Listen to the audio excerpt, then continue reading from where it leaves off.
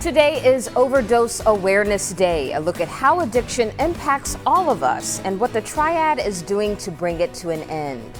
Plus, school district drama, the latest on Winston-Salem Forsyth County's ongoing battle with the budget ahead of what could be a crucial meeting this week.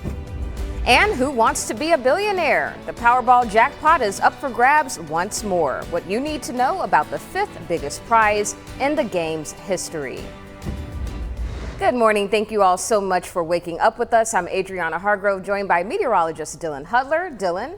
Good morning, Adrianna. Yeah, good to see you too. Glad to be back. Yeah, jump right on in. What can we expect for the weather today? Well, I think we're going to pick up kind of right where we left off. Today should be very similar to what we saw yesterday, which was absolutely beautiful.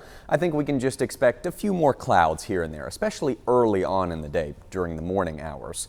Right now, we're just waiting on the sun to come up. It's another cool, comfortable start outside. All of your early morning plans should be in good shape.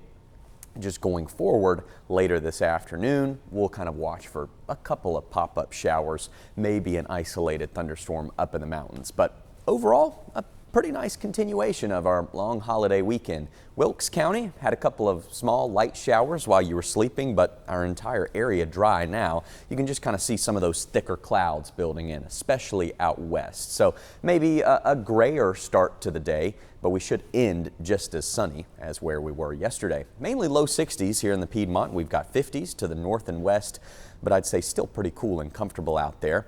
We'll be in the upper 70s today, not quite as warm as where we were yesterday, but feeling almost a little more fall-like, so really a good day to be outside. The Triad should stay dry. That small chance of a shower or storm would be in the west, mainly for the mountains and the foothills area. But comfortable holiday weekend continues. Tomorrow's forecast for Labor Day looks great. We'll talk more about that and just how long these cooler than normal temperatures will last coming up. All right, Dylan, thank you. Now to some of our top headlines this morning. Police are investigating a double shooting in Asheboro that happened at the Marshalls on East Dixie Drive. Now, WXII has confirmed Randolph County EMS responded to the scene last night. Investigators say the shooting was between two parties and that there's no threat to the area. Now, we have reached out to Asheboro Police for more information and to see if anyone was injured. We will share updates on air and online as we learn more. In Rowan County now, where authorities are working to figure out what caused a massive 3-alarm fire. It happened at the Daimler Freightliner facility in Cleveland. Crews from more than 20 agencies across Rowan, Iredell, and Davie counties responded to the scene. Officials say all employees were able to evacuate safely, and we're told one firefighter was taken to the hospital due to heat exhaustion, and they are expected to recover. Now, community members are hoping both the employees and the company will make a full and swift recovery. Cleveland's known for Freightliner, so I'm glad that these firefighters got here in time. You know, we can't thank the volunteers and these rescue workers enough. And, you know, I salute them, and they do a great job. Now, the North Carolina State Bureau of Investigation and State Fire Marshal's Office are assisting with the investigation. Now to a developing story in the eastern part of our state. The Columbus County Fire Marshal says a fire claimed the lives of 4 children. The flames broke out yesterday around 3 a.m. at a house on North Colony Road near Highway 74. The kids, who were aged 2, 4, 6, and 7, were alone at the time of the fire. Their identities have not been released. Now, it's unclear if anyone will be charged as a result, and authorities have not shared what caused that fire.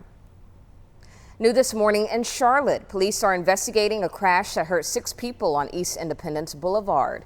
Here's a look at that scene from yesterday right there on your screen. Authorities say the outbound lanes were forced to close a near-mile stretch from East W.T. Harris to Caliber Crossing Drive while they cleared the area.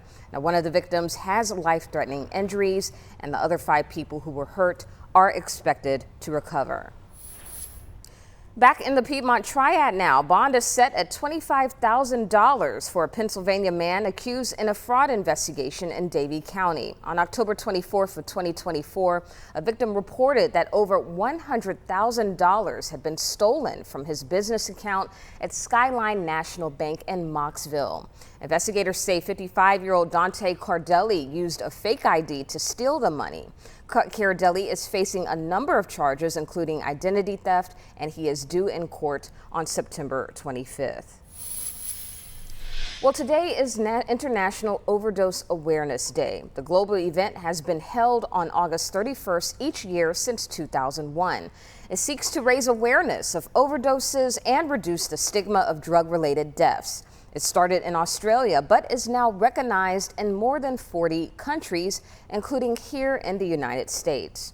Now, the CDC says drug overdose is the leading injury-related cause of death here in the U.S., with more than 80,000 being reported last year. Now, while that's nearly 27% less than 2023, agency leaders say it's important to continue to fight the stigma around drug addiction and improve access to care for people who are battling opioid use disorder. The Triad is doing its part to shine a light on the cause. Earlier this week, people tied ribbons around trees in LeBarra Park in Greensboro for Paint the Parks Purple. WXII 12 photojournalist Jalen Fulp gives us a look.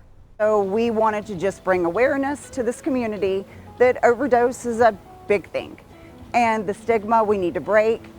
I'm here today representing my son. He died of a fentanyl overdose about 5 years ago.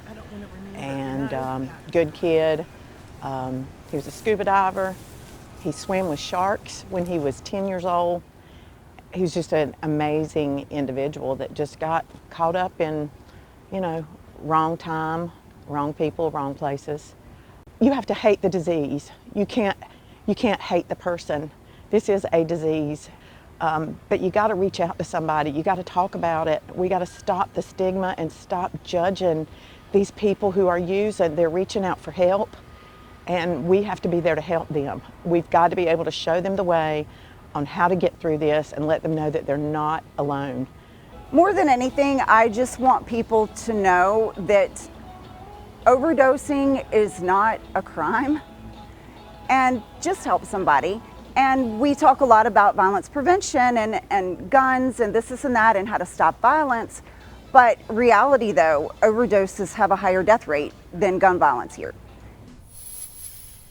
In Winston-Salem now, a tough week for Winston-Salem Forsyth County school employees and families as many learn their position is being eliminated. But for some, they're still waiting to learn whether or not their jobs are safe after notifications from the district were delayed. Now, WXII 12's Kelly Kendall explains and helps us get the facts on the school system's finances.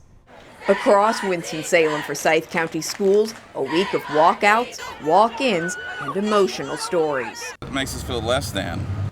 I mean, this is worse than any breakup. I can tell you that.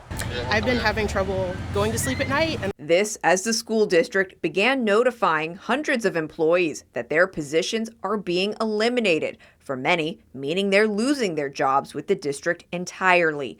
But some are still waiting. A district spokesperson confirmed to WXII that notifications originally scheduled for this week are delayed and will continue being sent into next week. Employees being furloughed or having their months of employment reduced will also be notified next week. School board members approved these reductions in an effort to save more than $18 million needed to balance this fiscal year's budget.